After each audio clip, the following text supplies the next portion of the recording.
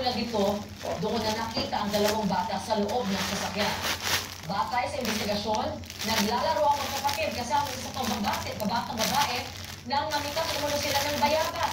Pero, nang hindi papigas kasama nilang bata, nagtago ang mga ito sa loob ng nasabing sasakyan. Suffocation ang sinasabing dahilan ng pagkamatay ng magkapatid dahil lumalabas din na ang mga incorporators ng lending company ay mga Chinese. Sila yung mga boss.